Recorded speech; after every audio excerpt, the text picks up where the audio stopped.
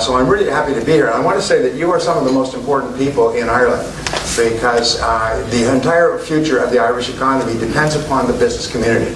It depends upon the entrepreneurs, the salespeople, the ones who go out there and hammer and make sales and produce products and service and deliver them. We could take all the politicians and put them on a ship and put them 500 miles off the coast, and it probably wouldn't make any difference to the economy. But if you ever stop working, like they talk at Anne Rand about the strike of the men and women of the mine, the producers who just stop, everything stops. So the future is going to be a little challenging. It's going to be probably the most challenging time that you've experienced in your business lives. But when the going gets tough, the tough get going. And so you're just going to have to work harder. You're going to have to dig down deeper. I know that in my life, we have good times, and the good times go on for a long period of time. We start to get kind of sloppy. We kind of coast. We go to work and we have coffee and we read the paper and we surf a little bit of internet, maybe do a little business during the day, and go out on the weekends and watch sports and so on. Well, those days are gone, at least for the foreseeable future. An economic crisis, I'm an economist by avocation, an economic crisis, usually you get through it in about 9 months. That's the average for economic ups and downs. But a financial collapse like we have experienced here, in which we're having very serious problems in the U.S., usually takes 5 to 7 years. Now, nobody likes that, but that's the reality. And Jack Welch, the head of General Electric, was once asked, what are the most important principles of leadership? And he gave 7. But number 1 is what he called the reality principle. The reality principle is see the world as it is, not as you wish it were. In other words, be very honest and objective with the world as it really is. And the fact is, the world is going to become more competitive. It's already become more competitive for us here in Ireland. So we're just going to have to buckle down and work harder. But the good news is that if 10% of the economy has gone sideways, the other 90% is still functioning. People still need to eat, they need to dress, they need to drive, they need homes. And so there's always going to be business for the hustlers. And I say that in a very complimentary way. Thomas Edison once said, good things come to those who wait, but only what's left over from those who hustle. And so you and I are just going to have to hustle. And what I do is I say, all right, if times are tough, then what we do is we buckle down and work harder. Start a little earlier, work a little harder, stay a little later, hammer away, dig into the depths of our creative abilities, find solutions. If we don't like the way things are going, change them, and so on. You're going to have to be quick on your feet. And one of the, I'm just trying to think, there's so many ideas that I can give you. Let's just stay with sales and marketing. I think that sales and marketing are the jelly in the jelly donut of business. It's really the core. We say nothing happens until a sale takes place. And so your job and my job is to make sales take place. And when I started off my career, I started off quite humbly. My family never had any money. We were always broke. Our family theme song was, I can't afford it. We can't afford it. We can't afford it. Sung in every chord and bar. I think you may have grown up with the same theme song. And so when I started off, I didn't graduate from high school, and the only thing I could do was laboring jobs. And I worked at laboring jobs. I worked digging ditches, washing dishes in the back of small hotels. I worked on farms. When I was 3 years old, I was an itinerant farm laborer. I was working on the farm during the harvest. I was sleeping in the barn at night, getting up when it was pitch black, eating breakfast with the farmer's family, and then getting out into the fields by first light so we could get the crops in before the first frost. I was uneducated, I was unskilled, and at the end of the harvest, I was once more unemployed. And so when I could no longer find a laboring job, like you, I got into sales. Don't give me that, oh no, this is my career path. Sales is the ultimate default profession in Ireland. If we don't go forward into it, we fall backward into it. It's sort of like backing up a car at night. You know, you back up when you hit something, boom, you get out to see what it is. It's a sales job. So you say, well, I'll give that a shot. So we give it a try. 80% of people who get into sales still are giving it a try. They're going through the motions. In fact, some of the interesting studies that have come out, 25 years of research, show that if you take the 80-20 rule, the top 20%, like the people in this room, and the bottom 80%, they find that the bottom 80% have a kind of a mindset, which where it came from we don't know. But what they'll do is they'll work reasonably hard during their first year to master their craft so that they can do it well enough not to get fired. and then they flatline and they never get any better. So 80% of the population in almost any field never gets any better. Whether it's doctors or lawyers or architects or engineers or business people, you'll find people who graduated from fine universities who haven't read a book in 20 years and they're damn proud of it.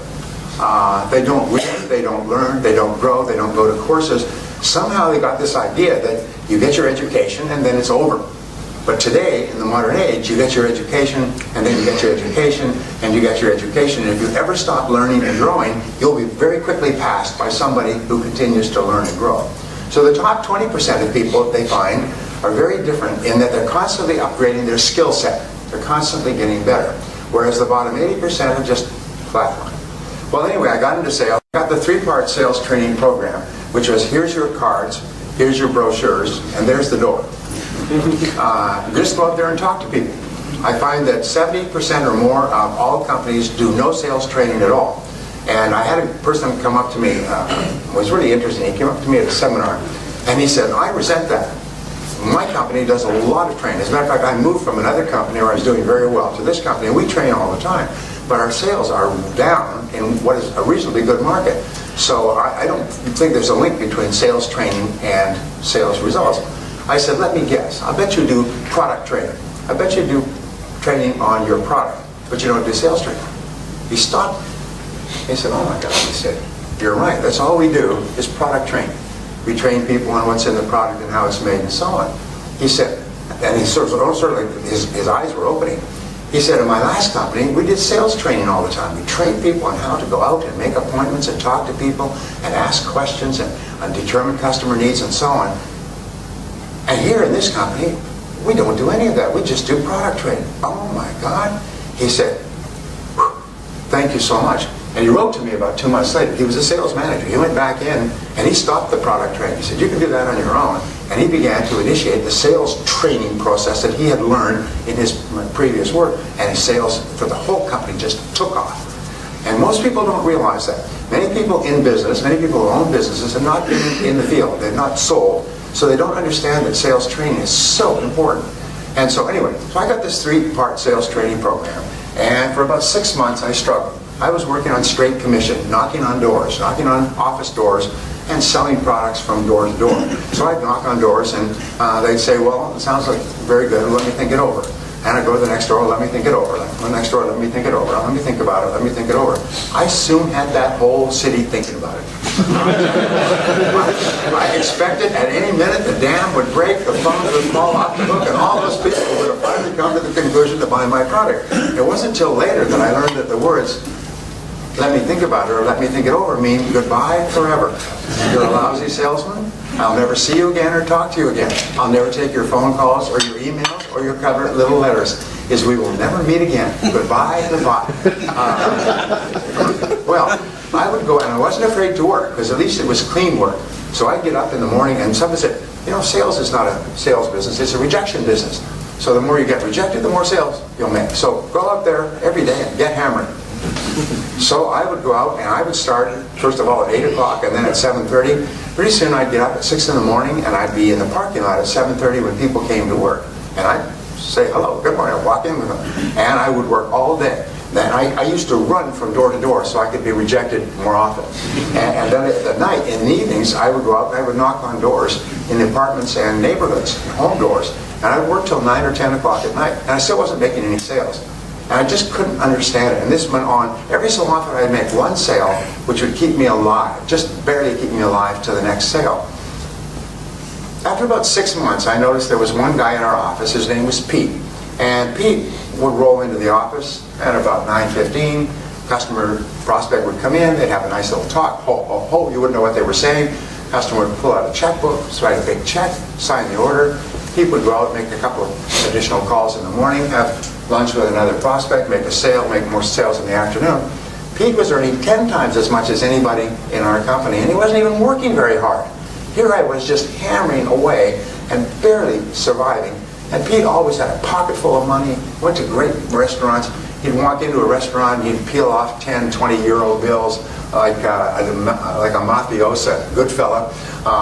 People always give him the best tables. When Pete said, anybody want to go for lunch? Oh, you want to get close to Pete because Pete could pay.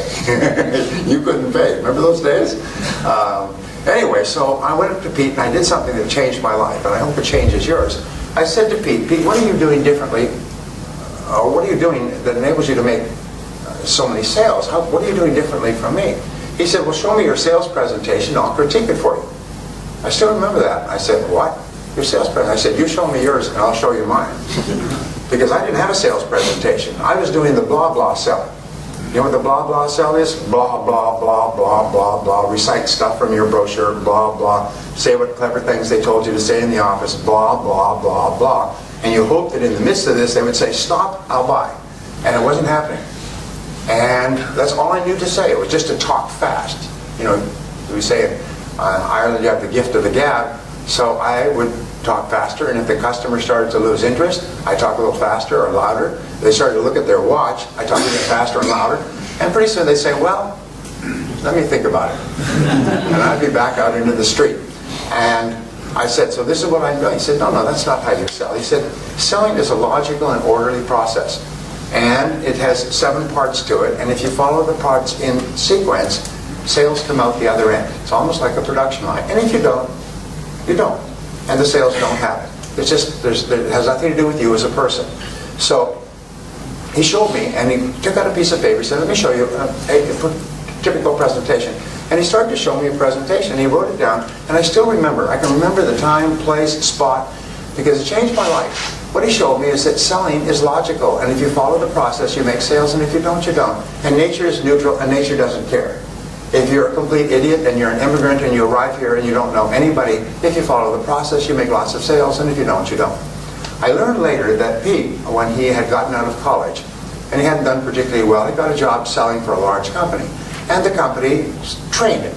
And they trained him for about 9 months. About half of the time in the office, in training, and half of the time in the field.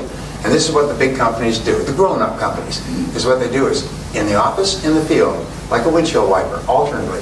So you learn and you practice. And in IBM, they train you for 18 months. And at 18 months, if they are satisfied, for the first time, you can be alone with a customer. Up until that time, you're always supervised by a supervisor who goes out with you until they reach the point where they feel that you are capable of being alone with a customer for the first time. 18 months of training. And at IBM, and I worked for them about 30 times as a speaker, IBM then went on to conquer the world. Because their salespeople were considered the best salespeople in the world. They could go into any market, anywhere, any company, under any situation, and sell tens of billions of dollars worth of product. And once you met an IBM salesperson, there was a bounty on IBM salespeople. I worked with these personnel consultants or executive recruiters. They would be sent out into the field to see if they can get an IBM person. Hire them. If you can get an IBM person to come and work for us, we'll pay them anything. Couldn't get people away from IBM. IBM paid their people like kings and queens. They lived in beautiful homes because they knew that the whole focus from Thomas Watson Sr., who founded IBM in 1928, the whole focus was on the salespeople. Train them and train them and train them like an elite, crack military team. Whereas the other companies just standing there and say, yeah, here's your cards, here's your brochures. Couldn't understand why IBM was eating their lunch. I learned later, and I worked with probably 1,000 big companies and thousands of small ones. All the big companies train and train and train like crack athletic sports teams. And all the average companies take training indifferently. They maybe listen to a tape once or have a little pep talk in the office. And so what he told me was this is how to sell. Pete, by the way, could now go, after he'd been trained, he could go into any industry or any company in any economy or even any country, and he could be earning 10 times as much as another salesperson within 30 days because he was fully trained, almost like a chef or a diesel mechanic or a doctor. He had the training. All you had to do is put it in place. So he told me these things, and I always thought I had died in heaven. And I took notes, took frantic notes, and instead of talking all the time, I asked questions. And instead of blah, blah, blah, I listened carefully to answers, and customers began to respond to me differently. And they began to be open to my offerings, and then they began to buy my products or services, and then my sales started to go up and up and up. They began to hockey stick. Well, what I learned, grab some water here. what I learned was the law of cause and effect. And the law of cause and effect says that for every effect in your life, there are specific causes. If you want to get high sales results, then what you do, that's the effect that you desire, then what you do is you find out who is getting high sales results, and you do the same things they do over and over again. You don't deviate, you don't go off the reservation, as we say, you don't do your own damn thing. What you do is you learn the sales process meticulously until you can do it in your sleep, and then you can be more creative. Then you can add your own personality or temperament. If you go to a culinary school, they will teach you how to make the great dishes, the souffles and the coq au vin and so on. And what they'll do is they will supervise you, and they will teach you how to make this meticulously, and in exact detail, exact ingredients, exact everything. And then once you have mastered it so that you can make it in your sleep, if you want then to add something to it, then you add something to it. The big mistake I have found in almost every field, but especially in sales, is that people start to learn how to sell, and then they go off and do their own damn thing. They go off the reservation and they say whatever they want. They deviate, which is why the big companies send a supervisor out and they watch them, and no deviating. Just like a school marm with a ruler, they give them a smack. You deviated from the professional selling presentation we use.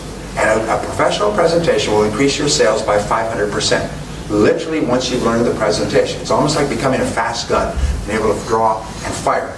And you, as a professional, can outsell your competitors. You can sell higher priced products against lower priced competition. You can sell more products against companies that advertise or have been in the business forever. You can walk into a market and you can eat it alive if you know what you're doing. If you don't, what happens is you'll be struggling, you'll be frustrated, you'll be worried about the economy. Well, what I learned over the years, and by the way, the research on this is tens of millions of dollars. One series of companies came together, put together a pool of tens of millions of dollars, and paid for 55,000 sales calls to be carefully videotaped and vetted by professionals. And what they did is they would interview the salesperson before the sales call and say, what do you expect to happen? They would interview the customer. Why are you meeting with this salesperson, and what is your expectation? Then they would videotape the sales calls, and they would look at them, and they would then run them dual screen so that you have the salesperson's face and the customer's face throughout the sales conversation. And they would watch what the salesperson said, they would watch how the customer responded and reacted, and then if it turned into a sale, they would ask the customer afterwards, why did you decide to buy? And if they decided not to buy, why did you decide not to buy?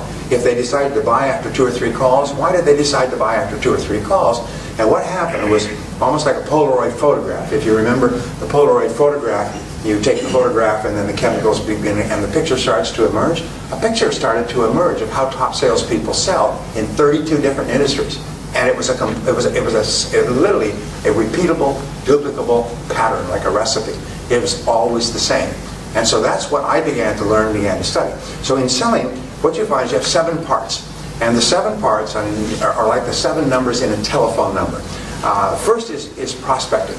And prospecting means separating prospects from suspects. Now, what is a prospect? A prospect is a person who has 1 of 4 qualities. And by the way, marketing is always starts with these 4 qualities, because marketing, what's the difference between marketing and sales, by the way? Do you know? People say marketing and sales, sales and marketing, and often, even business people really don't know the difference. What's the difference? Yes, sir. Could you speak up, please? Marketing is made on sales. Sorry, sales is made on sales. Marketing is sales is sell what you make. Marketing is made on sales. That's very close. Thank you. Actually, marketing is the business of many people who raise their hand. For instance, I would say, anybody here hungry? Lunchtime, anybody hungry? I'm hungry. So now we know the people who are qualified if you sell food. Okay? Now, selling is converting that person who is hungry to coming to your restaurant rather than somebody else's. So remember, marketing is attracting qualified prospects, and selling is converting them into customers. And it's 2 separate processes. Peter Drucker says that the purpose of marketing is to make selling unnecessary. And a perfect example, which we all like, is this whole thing with Apple. What Apple's done in the last 10 years, they come out with an iPod, and everybody has no idea what an iPod is, and as soon as they understand, you see that Sony last year shut down their entire Walkman division. It used to be $1 billion in sales. They shut it down completely. The iPod put them out of business. And then after 2 or 3 years, they come out with an iPhone. What is an electronics company doing with an iPhone? I mean, the telephones are developed by telephone companies. They come up with a phone that is now selling $50 million a year. It's unbelievable. Then after 2 or 3 years, they come up with the iPad. Anybody got an iPad? We got an iPad. What they do with those is people line up around the block. They don't even know what's in it. But in the U.S., I don't know what it's like here, hundreds of people would start sleeping on the sidewalk at midnight, lined up around the block, sleeping on the ground to get the first iPads when the store opened this morning, and pay $500 a piece. And I understand they're much more expensive here. You should get one over there. Irish duties. Anyway, and they got these iPads. They didn't even know what was in it, but the marketing was so good that people were just fighting and clamoring over each other to buy it. The marketing purpose of good marketing is to make selling unnecessary. So what does good marketing do? Good marketing identifies what it is that a prospective customer really wants and really needs and will really pay for, and the marketing says, here it is. This is what you want. If this is what you need, if this is what will help you achieve your goal or solve your problem, then this is the product for you, which is what brings people to call, to write, to email, to whatever it happens to be. So the first step is prospecting, and a good prospect has 1 of 4 qualities. First of all, they have a problem that is unsolved. Now, you must be absolutely clear. My favorite word in selling, by the way, is clarity. Clarity. Clarity. I think 90-95% of your success in life will be clarity about who you are, clarity about what you want, clarity about what steps you need to take to get there. The number 1 reason for failure is people are unclear of what it is they want. And as a result, they go around in circles. So be clear. What is the problem that your product or service solves? You've heard over and over again that people don't buy products, they buy solutions to their problems. The second part of prospecting is what is the need that your product satisfies. People buy products that satisfy their needs and wants. And what is it? And the ability to identify that clearly and then to make it clear to your prospect that if this is your situation, this is a solution. For example, a simple ad would be, headache? You've got a headache? Take Excedrin. It's an over-the-counter remedy. Excellent remedy for headaches. If you don't have a headache, then this is, of course, of no interest to you. So you're looking for people who have an existing want or an existing need for what you have. The process of selling, by the way, is not to sell, to find somebody who may or may not have your product or service and convince them that they need it. Your job is to find people who already need it and want it, but have not decided who to buy it from. And so that's what marketing is. The third part, do they have a goal that is unachieved? What is the goal that your product or service solves?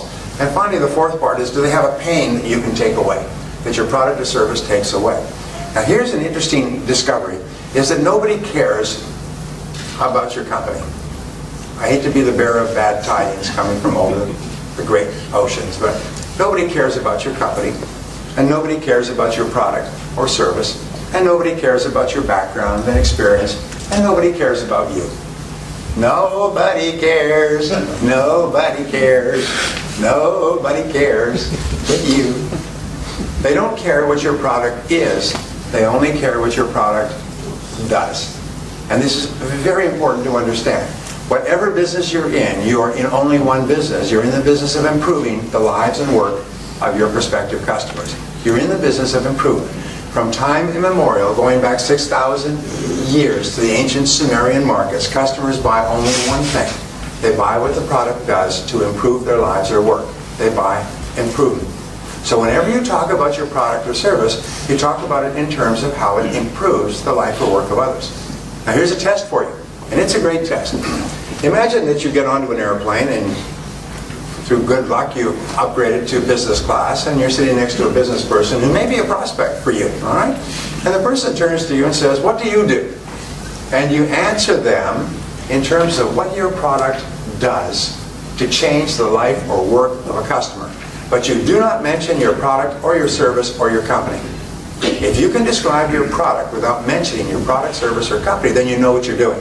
If you have to say, well, I work for ABC company and we sell this, that means that you have no idea what you're doing. You should probably go back to, working for wages somewhere. McDonald's will be hiring. Questions. But you can have 3, 5, 7. Always an odd number is better than an even number. And then you write it out, and you do it in 14-point font, so the person doesn't have to squint to read it. And you space it out so there's room for a person to take notes. So here's your letterhead, and on the top you write these words: agenda for meeting with. And you write the client's name and make sure that it's spelled correctly, time, date, place, all right? And then you have 7 questions. So when you come in to see the prospect, there's a way of selling that I've used over the years. It's called going in naked. And going in naked means no brochure, no briefcase, nothing. You go in with nothing in your hands. And all you have is an agenda. Maybe you actually have 2. And you pull it out and you say, Mr. Prospect, I know how busy you are, so I've prepared an agenda for our meeting today so that we can talk quickly and efficiently. Would that be okay with you? Customers absolutely love it when you have an agenda. You're not going to sit there and talk endlessly. You have an agenda. And I've prepared 1 copy for you, and you give them a copy of the agenda.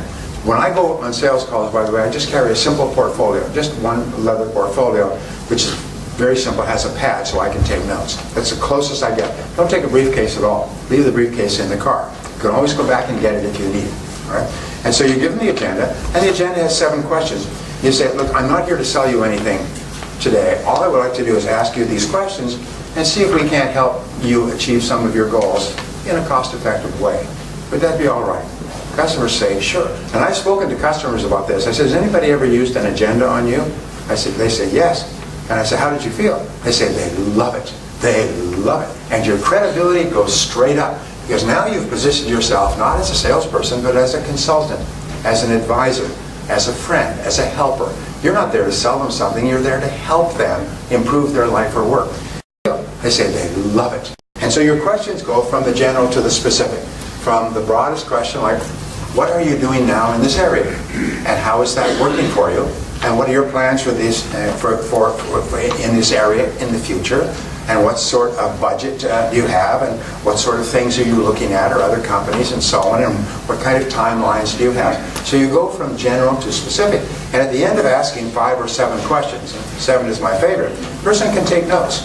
They can take notes because you've left lots of room. And very often it's clear that the customer, yes, does need, and can use, and can afford your product or service. And you haven't tried to sell at all. We call this selling without selling. All you've done is ask good questions.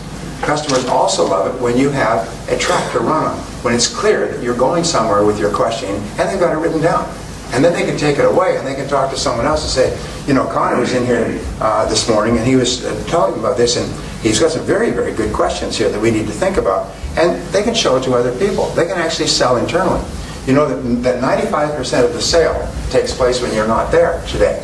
This is another thing they've found. Is people don't buy there. They say, well, let me consider this and go over it with the other decision makers, my wife, my husband, my boss, and so on, and let us talk again. And so sometimes your major goal in your first meeting with a client is just to determine whether or not they're a suspect or a genuine prospect, and then your second goal is to come back. Your goal is a second meeting to come back with. Sometimes we call this two-step selling. Is the first meeting is to find out if they're a prospect. The second meeting is to show them what your product or service can do to help them based on the information you've gotten from the first meeting. And what this does is it creates a low-stress, no-stress environment where it becomes clear that you are a professional who's here to help them. You're not here to sell them anything. They don't have to be defensive. They don't have to be watching what they say because you're not trying to sell them anything. And in reality, you are selling because you're building your credibility to a very high level. Now, the other thing that we know is that asking questions is the key to building trust, and talking is not. So you'll find that the very best sales professionals ask questions, and they ask a lot of questions, and they ask questions that are structured.